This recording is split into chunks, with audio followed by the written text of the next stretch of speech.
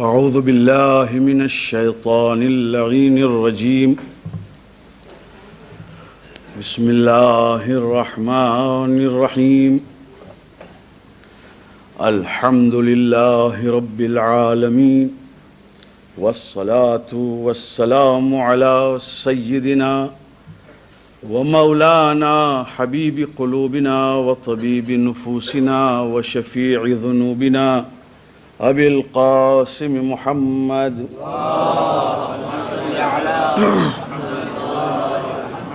وعلى أهل بيته الطيبين الطاهرين المعصومين واللعنة الدائمة على أعدائهم ومبغضيهم وغاصبي حقوقهم من ليلنا هذا إلى يوم الدين. السلام عليكم ورحمة الله.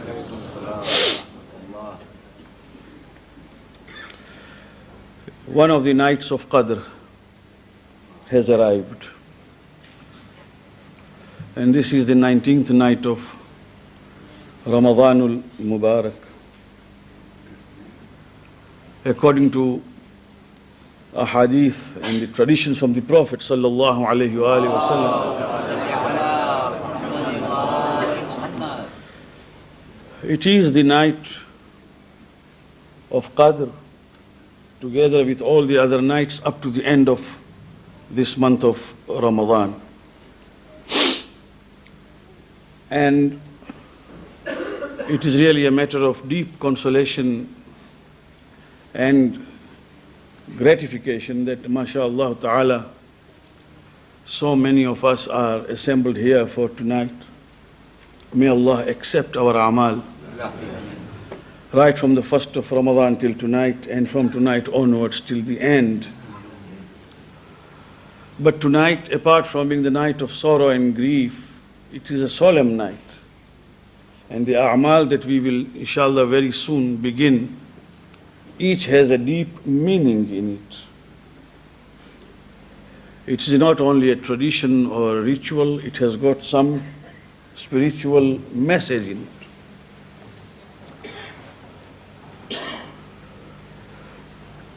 So, even inshallah, those who will be keeping vigil and keeping awake for whole night here or at home, it is the night of ibadat and worship.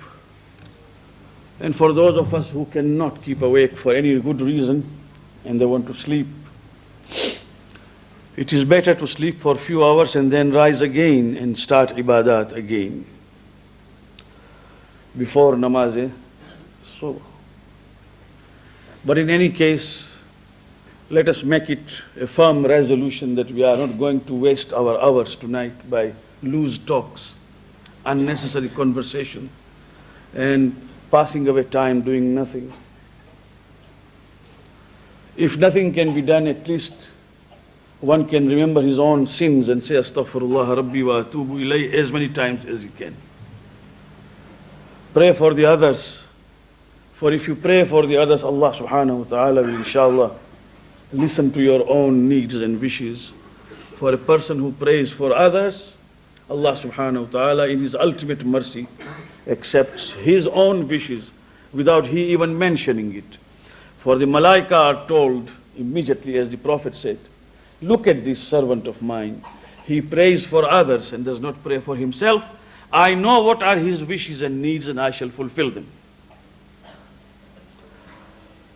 And the dua of Jawshan Kabir, which is being read or will be read inshallah tonight, when all of us, as many as we can do it here or at home, will assemble, is one of the greatest dua ever revealed to the Prophet sallallahu alaihi wasallam. Jawshan is sort of an armor, and we have got two Jawshans. One is Jawshan Kabir, another is Jawshan Saghir. The large or the big one and the small one. Jawshan Kabir, as you will know, consists of the names of Allah subhanahu wa ta'ala. And these are called Asma'ul Husna. And among those 1,000 names which have been mentioned in Jawshan Kabir, there are 100 which are Asma A'zam. They are hidden. Ism A'zam is a name of Allah subhanahu wa ta'ala. If that is recited and dua is sought from Allah with that name, then that dua is definitely accepted. So when we read Jawshan Kabir, we should realize that it is one of the greatest gifts to Ummah by the Prophet sallallahu alaihi wasallam. Similarly, Jawshan Saghir. And every fasl as it ends, number 1, number 2, number 3, is ended by Subhanaka ya la ilaha illa ant al-ghawth, al-ghawth, khallisni min an-nar or khallisna min an-nar ya Rab. It is a sort of a cry for help, al-ghawth. Al-ghawth. In Urdu it is faryad hai, faryad. This is the meaning of al-ghawth. That means cry for help. Khallisna, if we are all together, help us and save us from the hellfire. And if it is one man reading alone, he will say Khallisni, means save me from the hellfire. So my request to you all is that please do remember us all, and as we will all remember you, and remember our parted souls who have died, your parents, your relatives, the elders of our community here who are with us, and today they are not with us, so that in the coming years when we are no more, others will also remember us, inshaAllah ta'ala. In continuation, we are tonight sitting here in a very brief majlis to remember a personality which after the Prophet sallallahu alaihi wasallam has no parallel in Islamic history. There is no match in Islamic history after the Prophet sallallahu alaihi wasallam. His name is Amirul Mu'mineen Ali ibn Abi Talib alayhi salam.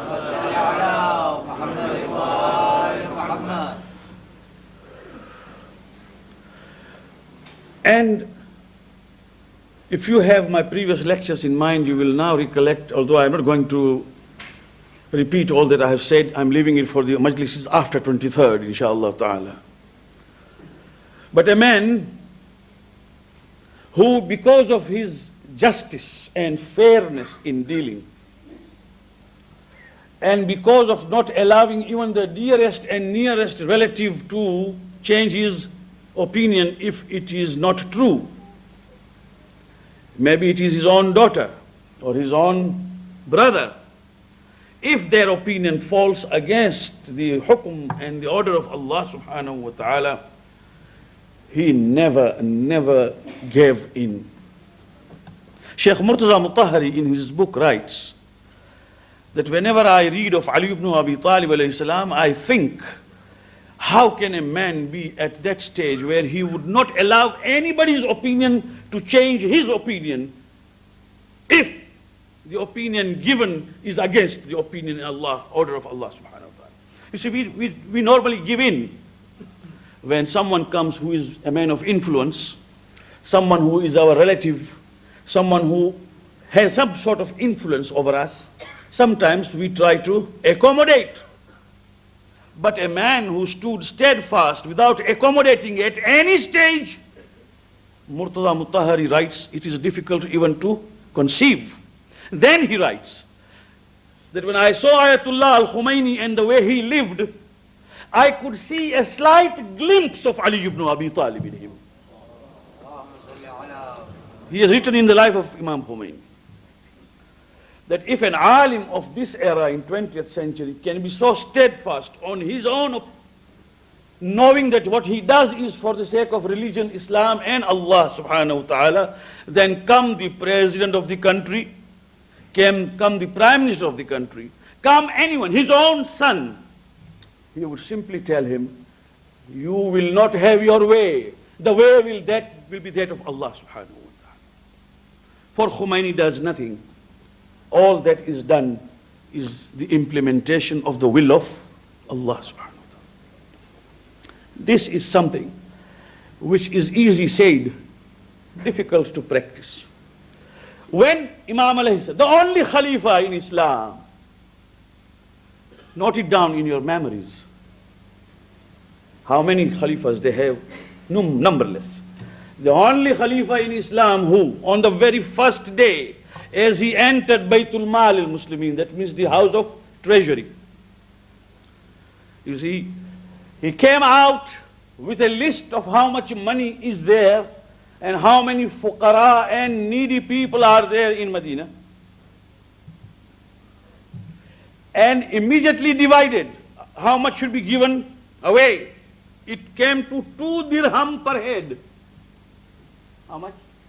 2 dirham. Now, in those days, 2 dirham could be a good sum. But now I'm talking in contrast of what was happening before Ali came. In the days of others, some were receiving thousands and millions every month. Some were receiving special gifts. Now here Ali ibn Abi Talib has come after 25 or 26 years of another people's rule where preferential treatment were meted out. He has come. And when he came out with the list of 2 dirham each, including those who received gifts and they received hefty sums, people were shocked. If you read the history, you'll find that those people who were expecting much more than that, they did not even come to collect the share. One of them was Talha, another was Zubair. These people thought that they should have a bigger sum. They should be treated the same way as they were treated before.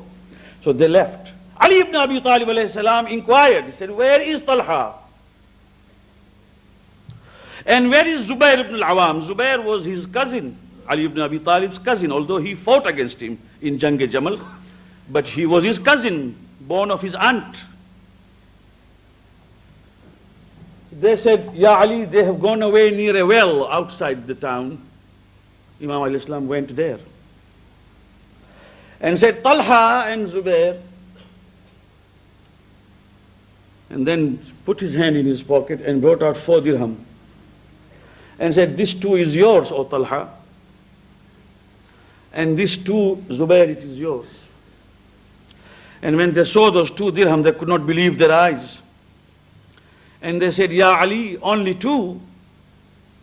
Imam put his hand back in his pocket and said, these 2 are Ali ibn Abi Talib's.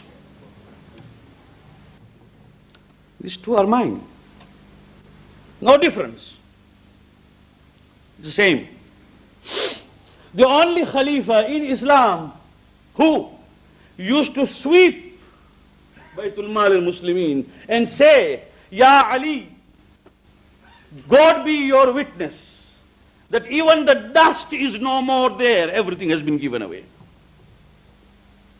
And then he used to pray 2 rakat namaz there, thanking Allah subhanahu wa ta'ala that everything has been distributed.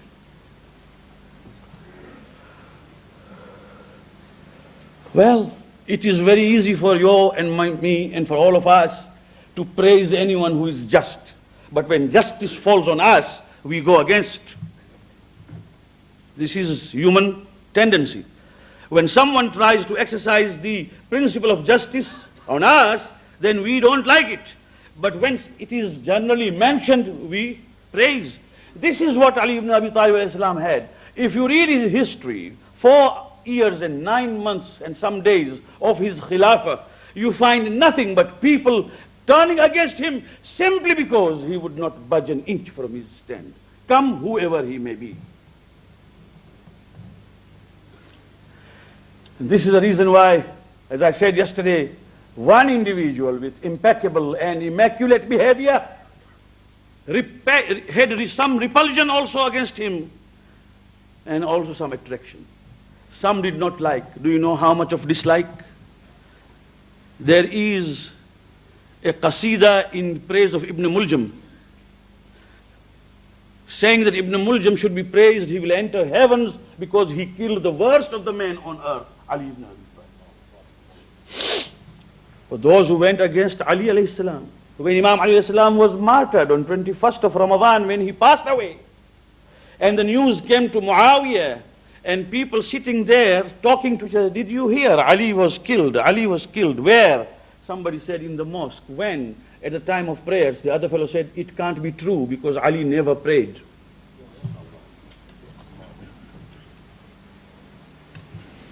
That was the type of things which went against this man.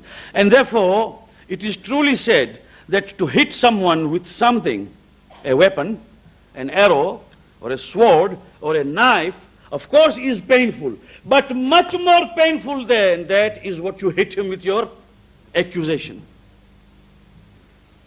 तीर का, तलवार का, घाव तो भरा, लगा जो जख्म ज़बां का रहा हमेशा हरा. When you hit someone with that accusation, it always remains. Therefore, Ali ibn Abi Talib alayhi salam was mazloom. And if you read his history, you will find. But he went on and on. Till there came a time once, Mawla said, and it is in Nahj Balagha, he said, I wish I have reached the age of 60 and over, he says. I wish I die as soon as possible, because the amount of grief and sorrow which has been heaped upon me is now becoming unbearable. Once he said this. But then there were people who loved him.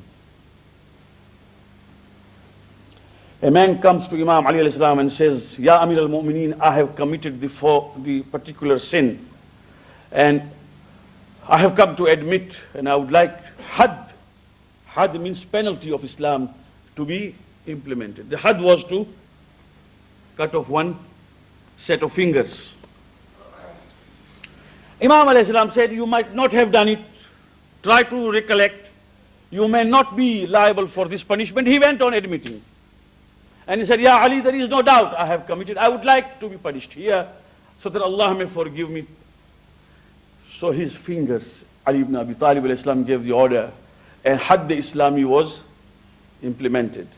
When the fingers were cut, the man took his fingers and went out and said, who can be lucky than me, who has been punished by an Imam who is just, Ali ibn Abi Talib.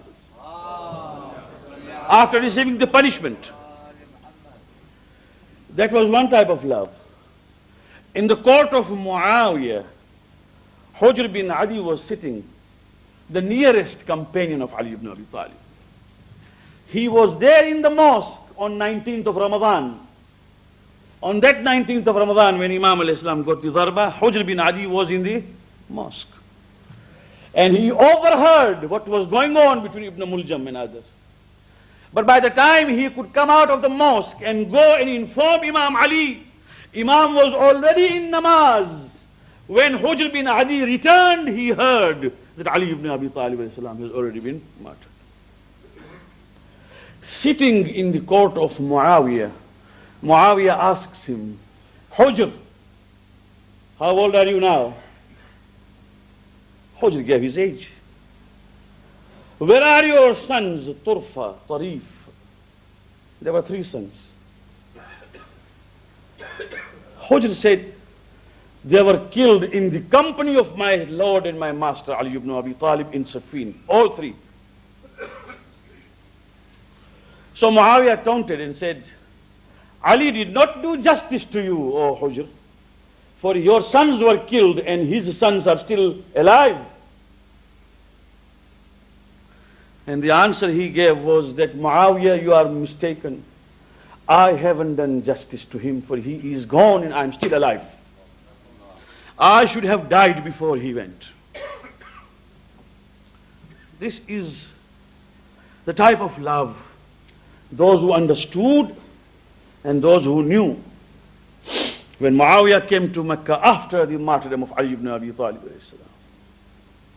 when he came to Mecca and then he went to Medina, someone told him that, Muawiyah, there is an old lady here who talks profusely and praises Ali ibn Abi Talib. We are tired of her.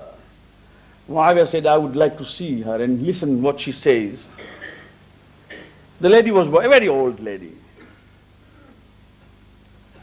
Muawiyah asked her what she knew about Ali ibn Abi Talib, and she started. She wanted someone to prompt And she started talking. She said, "You are asking me about Ali ibn Abi Talib? Now you hear what I want to say. Whenever he sat on Mimbar in Kufa, we behind the veil, we women used to hear him. He would go on sometimes for hours and we would listen to him. One thing is certain, Muawiyah, whenever he spoke, our faith and our iman grew fresh and fresh." And she went on, and Muawiyah said, "I have called you to stop this, not to continue. I called you so that you may stop. Now I'm going to give you some money. I'm going to give you some wealth, provided you don't talk of Ali ibn Abi Talib again." He ordered to give her 7 camels with red hair. Now, camels with red hair are supposed to be special camels. Those who run in the desert very fast.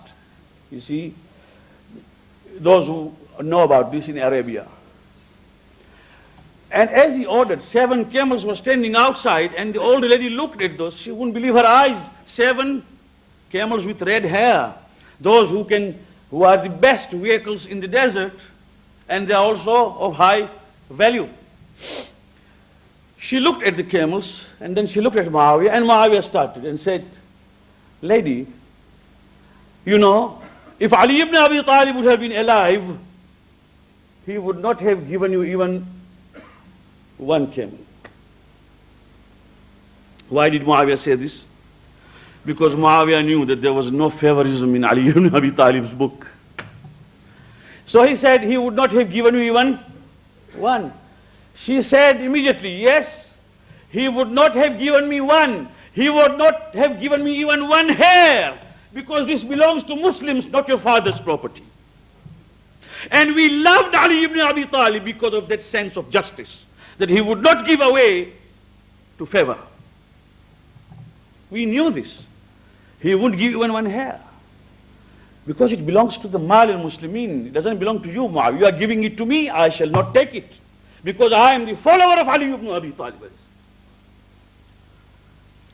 Well, this was a type of environment when those who loved, they loved despite, and those who hated, they hated because. And this is why Ibn Khaldun writes in his history that قُتِلَ عَلِيُّ بْنُ أَبِي طَالِبْ بِسَيْفِ عَدَالَتِهِ. Ali ibn Abi Talib was martyred with the sword of his own justice.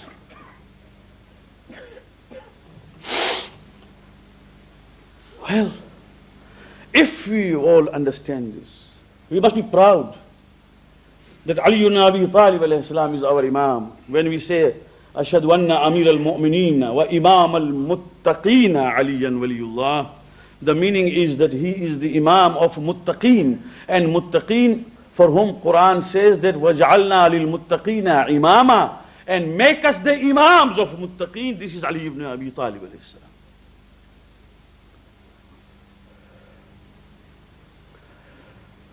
So,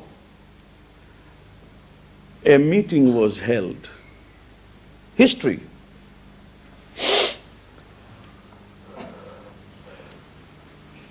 And they decided that we should hatch a plan so that all the 3 are killed together. And we finish with them together, Muawiyah, Amr ibn al-As, and Ali ibn Abi Talib. So that we have new rulers. Those who were against Muawiyah, they were against Muawiyah because they believed him to be a rebel. Amr ibn al-As because he was associate of Muawiyah. Ali ibn Abi Talib because they didn't believe in him as a hakim after the battle of Siffin. These are called Khawarij. They used to hold meetings at night and weep and remember their own people. And they say, so and so has been killed. It is history. One would stand up and say, so and so was killed from the family of so and so. The other would stand up and ask, and who killed him? The third one would stand, Ali ibn Abi Talib. So whole night, whenever they sat, whenever they remembered the people killed in their clan, they would always curse who? Ali ibn Abi Talib alayhi salam. And Ali ibn Abi Talib alayhi salam would answer them when he heard, I have not done because of any personal grudge. What I have done is for rida of Allah subhanahu wa ta'ala. Remember, in Nahj Balagha he says, my real brother and elder brother, Aqil, came to me and asked for an extra stipend. I was giving him per month, let us say, so much. He asked me for an extra. Nahj Balagha, read. And Allahu Akbar. And I saw, he says, Mawla says, I saw Aqil's young sons with unkempt hair and dust on their faces. I saw, this is what he says. And my brother tells me that, Ya Ali, what I'm getting from the Baytul Mal is not enough. If you read history, in order to impress upon Imam Ali, he invited Ali ibn Abi Talib for a dinner. So Mawla alayhi salam looked at whatever was served for dinner and said, Aqil, where did you get all this from? There was no chicken there. No. There was nothing extraordinary, luxurious there. There was some extra dates, some extra loaves, some extra cup of milk, whatever. There wasn't anything extraordinary. Yet Imam alayhi salam asked him, he said, Aqil, from where did you get these items which you are serving tonight? And he said, Ali, would you believe? Ali is a younger brother. Aqil is older. Ali alayhi salam is younger. Although Ali is a Khalifa, but he is younger. He said, Ali, would you believe that I saved for 7 days from whatever you are giving me, and I prepared this for you, so that we may sit together and eat, and I may be able to submit my case. Imam said, if you can save during 7 days so much, then this much also must be curtailed, because there are others who can't get even this much.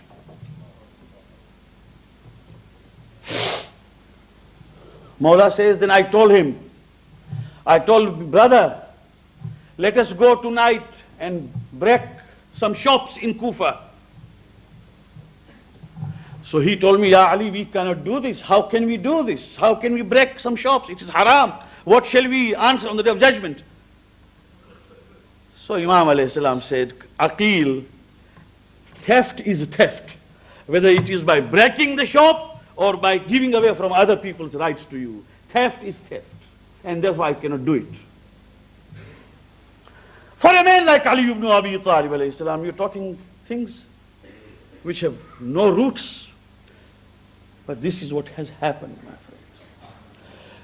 On that night, it was 19th night of Ramadan, it was decided that one man will go to Sham and kill Muawiyah. Another man will go to Misr and kill Amr ibn al-As. And the third man will come to Kufa and hit Ali ibn Abi Talib. The one who went to Sham on that night, Namaz al-Subh, when Muawiyah came for Namaz, this man managed to hit him, but he hit him on his thighs. Muawiyah shouted loud immediately. People thronged from all sides, and that man was apprehended. The moment he was apprehended, he said, I want to give you good news. Now he knew that his life was at stake, because he has hit with the purpose of killing. Although he has not killed, but he knew he won't be saved. So he said, I have got good news for you. Muawiyah said, what is good news? He said, within a day or two, you will hear that even Ali ibn Abi Talib has been killed. Because this is the plan. If you hear that he has been killed, then you may decide upon my fate. And if you hear that he has not been killed, then you may kill me if you like. The man was imprisoned. After a few days, when the news came that Imam alayhi salam was martyred, for the pleasure of Ali alayhi salam being martyred, the man was released.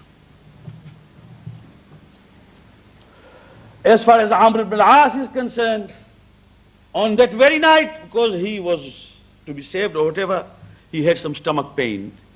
And he did not come in the morning for namaz. Kharija bin Yazid came in his place. This man who came to hit did not recognize. And in the early hours, he hit him, and Kharija was severely wounded.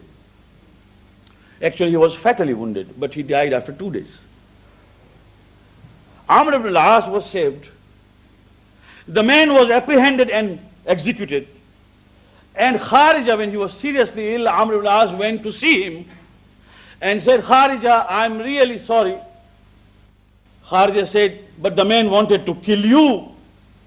And Amr said, yes, but Allah wanted to kill you. And this happened, and on the third day Kharija died. This is the background that how it was all planned. Ali ibn Abi Talib. Why? Because Ibn Muljim Muradi, because it is read in two ways, Ibn Muljam and Ibn Muljim, both ways it is read the name. Abdurrahman Ibn Muljam or Ibn Muljim. Ulama have written that it is Ibn Muljam, and not Ibn Muljim, but whatever is famously known and popular is Ibn Muljim. They used to discuss among themselves and say that I will hit Ali ibn Abi Talib. If I succeed in killing him, I will enter Jannah. And the thawab that I will get cannot be matched and compared. This was the belief. For who? For Ali ibn Abi Talib alayhi salam. Well, this much is enough for a preamble in English. I have been requested that some words in Urdu also, so I will finish now in Urdu. Not more than 10 minutes.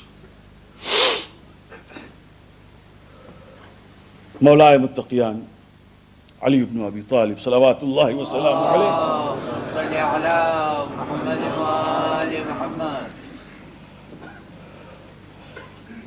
जिनके घर से हमेशा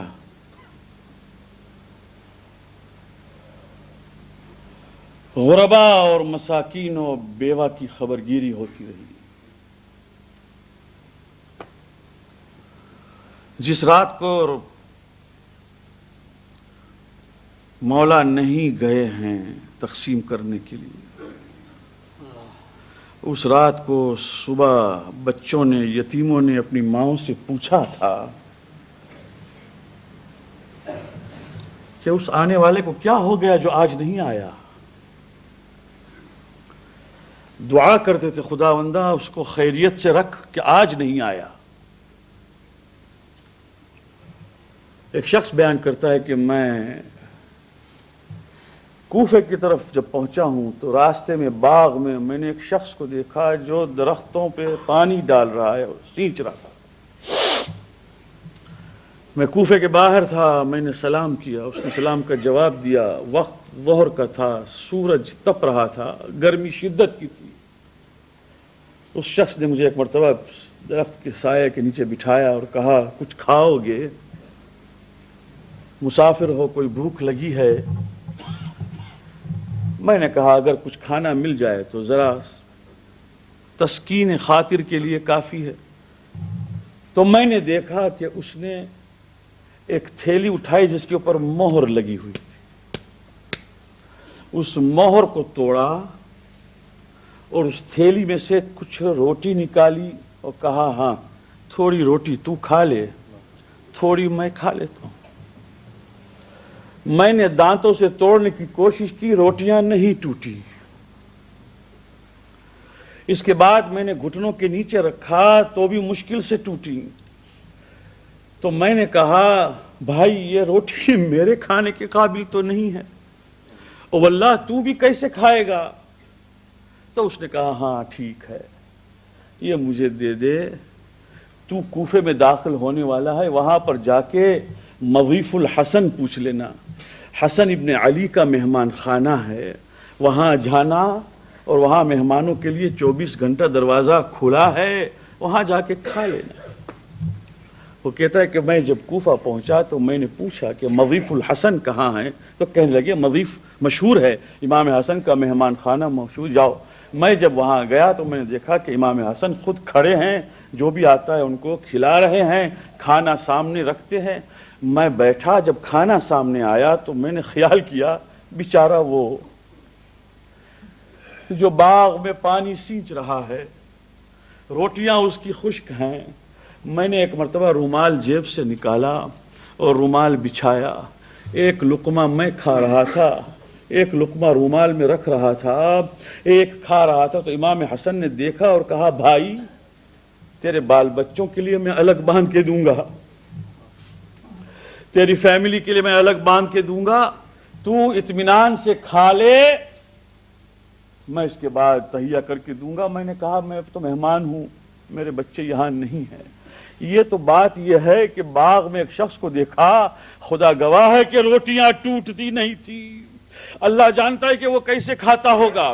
میں نے گھٹنوں کے بل توڑنے کی کوشش کی تو میں سوچتا ہوں کہ انصاف طلب چیز ہے، میں یہاں کھاؤں اور وہ بھوکا ہو، میں یہاں سے تھوڑا کھانا ساتھ لے کے جاؤں گا تو اسے کھلاؤں گا۔ مولا نے ایک مرتبہ دیکھ کے کہا بھائی یہ اسی کا تو مہمان خانہ ہے، یہ اسی کا مہمان خانہ ہے، وہ علی ابن ابی طالب میرے باپ ہیں، یہ انہی کا مہمان خانہ ہے۔ واللہ تو نے دیکھا نہیں کہ تھیلی کے اوپر مہر لگی ہوئی ہے؟ اس نے کہا ہاں میں نے دیکھا کہ تھیلی پر مہر لگی۔ کہا مہر اس لیے لگاتے ہیں کہ زینب و ام کلثوم مہر کھول کے یا تھیلی کھول کے روٹی میں تھوڑا سا تیل نہ ڈال دیں، اس لیے کہ علی کہتے ہیں کہ جب تک علی زندہ ہیں اور جب تک فقراء و مساکین مدینہ اور مکہ میں ہیں موجود، علی یہی کھائے گا جو کہ کھا رہا ہے۔ ہاں دوسروں کو کھلانے کے لیے دسترخوان عام ہے۔ یہ وہ علی ابن ابی طالب ہیں دوستو کہ 19ویں شب کو جب گھر آئے ہیں، ام کلثوم و جناب زینب کی روایت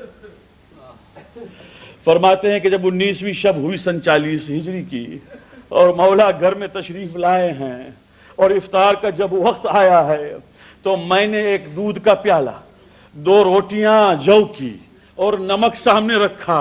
ایک مرتبہ مولا نے دیکھ کے کہا ام کلثوم کیا تم نے تیرے باپ کو کبھی 2 چیزوں کے ساتھ افطار کرتے دیکھا ہے؟ ایک چیز اٹھا لے اور باقی رکھ دے، جو کچھ بھی مجھے کھانا ہے کھا لوں گا۔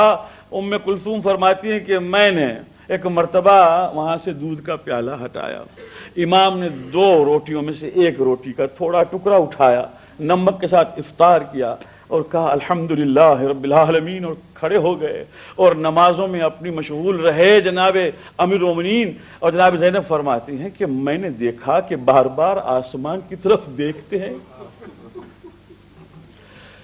اور کہتے ہیں واللہ یہ وہی رات ہے، یہ وہی رات ہے، یہ وہی رات ہے، اپنے پروردگار کی ملاقات کی رات ہے۔ یا علی اپنی کمر باندھ لو اور اپنے پروردگار کی ملاقات کے لیے تیار ہو جاؤ۔ جناب زینب فرماتی ہیں کہ میں نے کہا بابا یہ بار بار آپ تو جنگ میں بہادر دلیرانہ لڑتے رہے، آج کیا بات ہے؟ مولا فرماتے تھے جنگ کی بات اور ہے بیٹی، مالک کی ملاقات کی بات اور ہے۔ یہ وہ رات ہے جس رات میں علی ابن ابی طالب عبادت کرتے رہے، اور جب نماز صبح کے وقت سے کچھ پہلے مولا نکلے ہیں تو ابھی مرثیہ میں آپ نے جو سنا ہے، گھر میں کچھ مرغابیاں پلی تھیں، مولا جب گھر سے باہر نکلے تو مرغابیاں رونے لگی اور ایک نوحے کی سی آواز آئی۔ مولا نے ایک مرتبہ فرمایا کہ یہ ابھی چلا رہی ہیں، اس کے بعد نوحے کی آواز بلند ہوگی، اور پھر جناب زینب سے کہا بیٹی یہ جانور گونگے ہیں، ان کا خیال رکھنا، اگر کھانا پینا دانا وغیرہ میسر ہو تو کھلانا، اور اگر میسر نہ ہو تو ان کو آزاد کر دینا۔ یہ کہہ کے نکلے باہر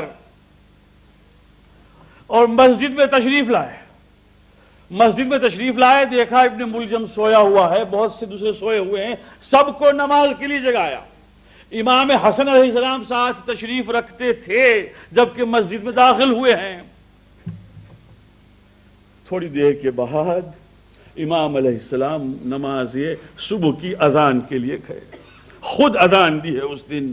اذان دینے کے بعد جب اترے تو یہ سونے والے ابھی سو رہے تھے، ایک مرتبہ جگا کے کہا اٹھو اٹھو اب خدا کا نام لو، اٹھو اب خدا کا نام لو کہ نماز کا وقت ہو گیا ہے۔ امام علیہ السلام گئے محراب عبادت میں۔ بس دوستو 2-4 باتیں کہنی اور ختم کرنا ہے، تصور شرط ہے۔ امام علیہ السلام محراب میں کھڑے ہوئے اور نماز کے لیے تکبیرۃ الاحرام کہہ کے جب نماز شروع کی، دوسری صف میں 3 آدمی کھڑے تھے، ایک تھا ابن ملجم، ایک تھا شبیب جو اس کا ساتھی تھا، اور ایک تھا حجر بن عدی کہ جو اس وقت آیا جبکہ ختم ہونے والی تھی نماز، اس سے پہلے یہ 2 ہی تھے۔ اور جب مولا سجدے میں گئے تو ایک مرتبہ شبیب نے پہلی تلوار اٹھائی، مگر وہ تلوار مسجد کوفہ کے ستون پہ لگی، پلر پہ لگی. دوسری تلوار ایک مرتبہ ابن ملجم نے جو ماری ہے، مولا کے سر مبارک کے اوپر تلوار لگی اور تلوار پیشانی تک اتری، بس تلوار کا اترنا تھا کہ مولا نے ایک مرتبہ کہا بسم اللہ و باللہ وعلی ملت رسول اللہ واللہ فزت برب الکعبہ، اللہ کی قسم میں کامیاب ہوا. یہ کہہ کے مولا نے سر اٹھایا اور قرآن کی آیت پڑھی، اسی مٹی سے تجھ کو خلق کیا، اسی مٹی میں تو جائے گا، اسی مٹی سے پھر اٹھے گا. ایک شور و شیون ہوا، کوفہ کی مسجد کی دروازے آپس میں ٹکرانے لگے اور جبریل امین نے آواز دی لقد تہدمت واللہ ارکان الہدی، ہدایت کے رکن جو ہے وہ آج گر گئے، آج علی ابن ابی طالب مارے گئے. یہ آواز آئی اور ایک مرتبہ امام حسن کھڑے تھے ساتھ میں. ایک مرتبہ مولا نے فرمایا بیٹا حسن ان کی نماز تم پوری کروا دو. نماز صبح پوری کروائی اور خود بیٹھے بیٹھے عصابہ باندھے ہوئے اشارے سے نماز مکمل کی. اس کے بعد قالین میں سلا کر مولا کو گھر کی طرف لے گئے. بس دوستوں میں نے ختم کیا، مزید نہیں کہنا، بس اتنا ہی کہنا ہے کہ جب گھر کے قریب پہنچے ہیں، لوگ ماتم کر رہے تھے، لوگ رو رہے تھے، لوگ شور و شیون کر رہے تھے، واہ علیہ کی آواز بلند تھی. گھر کے اندر جناب زینب و ام کلثوم رو رہی تھی، آواز آ رہی تھی واہ ابتاہ کی. بس قریب جب پہنچے تو ایک مرتبہ مولا نے فرمایا بنی حسن اصبر ہنیئتن، بیٹا حسن ذرا صبر کرو، ذرا صبر کرو. امام حسن نے روکا، کہا ان سے کہو، دوستوں سے کہو کہ اب جائیں. اب علی کو اپنے گھر میں پہنچا چکے، گھر تک اب جائیں. تو اسبغ نے کہا یا علی آپ کو چھوڑ کے ہم کہاں جائیں، کیا ہم گھر میں نہ آئیں؟ کہا نہیں، اب زینب و ام کلثوم کی آواز نوحے کی بلند ہونے والی ہے. میں نہیں چاہتا کہ علی زندہ ہو اور زینب و ام کلثوم کے نوحے کی آواز سنائی دے. میں کہتا ہوں میرے آقا امیر المومنین کربلا آئیے اور دیکھیے، جن زینب و ام کلثوم کی آواز کے لیے آپ راضی نہیں تھے کہ ان کی آواز سنائی دے، آج وہ تشہیر کی جا رہی ہیں. الا لعنت اللہ علی القوم الظالمین وسيعلم الذين ظلموا اي منقلب ينقلبون انا للہ وانا الیہ راجعون. پروردگار بحق محمد و آل محمد، بحق علی ابن ابی طالب علیہ السلام، پروردگار ہمارے گناہوں کو بخش دے، ہمارے اعمال کو قبول فرما. پروردگار بحق محمد و آل محمد، مذہب شیعہ اور شیعیان آل محمد کی ہر طرح سے پروردگار نگہبانی اور نگہداری فرما. پروردگار بحق محمد و آل محمد دشمنوں کے آسیب سے محفوظ رکھ. پروردگار جو حاضرین ہیں جو غائب ہیں ان سب کو تمام آفات و بلیات سے محفوظ رکھ. پروردگار شب قدر ہے، ہمارے اعمال کو قبول فرما. پروردگار بحق محمد و آل محمد بیمار، بہت سے بیمار ہیں جنہوں نے خاص وصیت کی ہے کہ ان کے واسطے دعا کی جائے. پروردگار بیماروں کو شفاء عاجل صحت کامل عطا فرما. پروردگار ہمارے مرحومین جہاں جہاں دفن ہیں ان سب کی مغفرت فرما. پروردگار بحق محمد و آل محمد ہمارے امام کے ظہور میں تعجیل فرما وعجل فرجہ.